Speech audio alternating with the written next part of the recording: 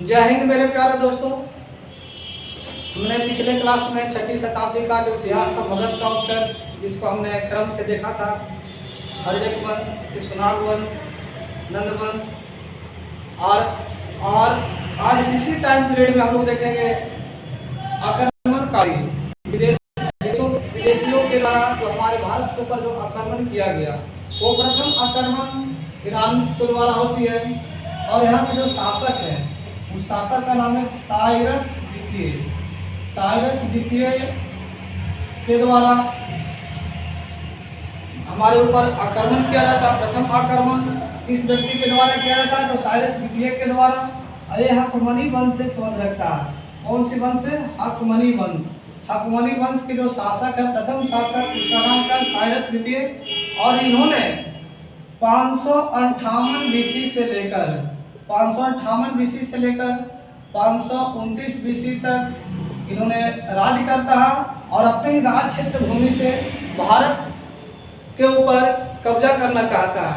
क्योंकि भारत को जब देखिएगा, ये हमारी तटीय वाली क्षेत्र है, हमारे हिमालय वाली क्षेत्र है, तो देश की जो हमारे पश्चिमोत्तर सीमा प्रांत है गंधार, पंजाब वाले जो सब क्षेत्र है, ये हमारे पश्चिमोत्तर भारत में पड़ता है। तो इसी सीमावर्ती तटीय वाली क्षेत्र में इन्होंने कब्जा करना सोचा और एक कब्जा करने से असफल रहा। तब यहाँ के शासक जो सेकंड शासक आते हैं, उस शासक का नाम होता है डेरियस प्रथम। डेरियस प्रथम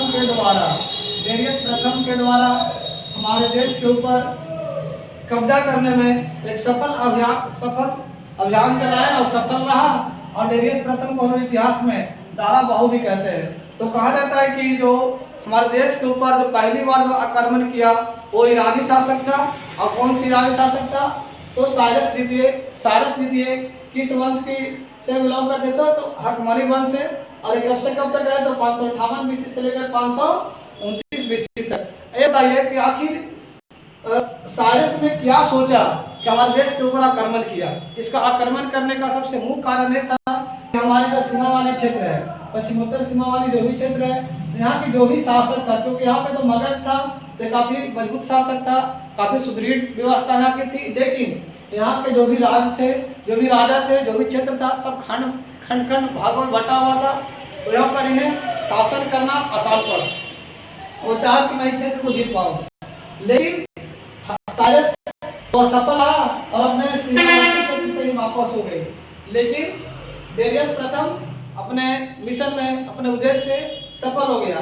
तो कहा जाता है कि ईरानी आक्रमण का कौन सी ऐसे शासक है जो अपने प्रयासों में सफल रहा? अपने तो कौन है? डेरियस प्रथम। कौन है? डेरियस प्रथम। और यहाँ की एक जगह है जिसको बोलता है गंधार। ये गंधार वाली क्षेत्र को कब्जा में ले लिया, जहां से 360 टैलेंट स्वर्ण मुद्रा, कितना बाबू? 360 टैलेंट जो स्वर्ण मुद्रा है, उसे वहां से इन्हें आय के रूप में प्राप्त होती थी। और ये क्षेत्र के ऊपर इन्होंने कब्जा कर लिया और ईरानी आक्रमण के अनुसार इसे 20वां प्रांत घोषित किया गया। केवा प्रांत? 20वां प्रांत घोषित किया गया।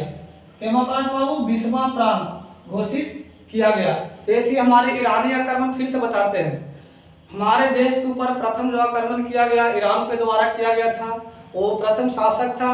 वो शासक का नाम है साइरस द्वितीय के द्वारा ईरानी अभियान चलाया गया। और इन्होंने एक नए वंश की स्थापना किया था। उस वंश का नाम था हकमनी वंश। 558 बीसी से लेकर 529 बीसी तक राज करती है। और इनके मृत्यु के बाद हकमनी वंश के बाद डेरियस प्रथम 516 बीसी में, कितना बाबू? 516 बीसी में हमारे देश के ऊपर चढ़ाई करती है और उस सीमा वाली जो क्षेत्र है, इसमें ये सफल हो जाते हैं और गंधार को जीत जाते हैं। और जीतने के बाद, क्योंकि यहाँ के जो भी शासक थे सभी कमजोर थे, तो इस क्षेत्र को जीत जाते हैं। और जीतने के बाद इस जगह को 20वां प्रांत के रूप में से घोषित कर लेते हैं। तो आज की और ईरान की जो प्रभाव, यानी कि ईरान हमारे ऊपर जब कब्जा किया तो उसका कुछ ना कुछ प्रभाव होता होगा। तो प्रभाव ये देखने को मिलता है कि इसके पहले हमारे देश के भीतर जो लिपि थी वो ब्राह्मी लिपि चलती थी। लेकिन इसको आने से यहाँ पे खरोष्टी लिपि और नई लिपि का विकास हुआ। यानी कि खरोष्टी लिपि, खरोष्टी लिपि और अरमाइक लिपि का विकास हुआ। अरमाइक लिपि का विकास होती है और जो अब देखने को मिलता है, यानी कि अशोक का जब शिलालेख पढ़िएगा तो खरोष्टी लिपि में और अरमाइक लिपि में ही बताई जाती है।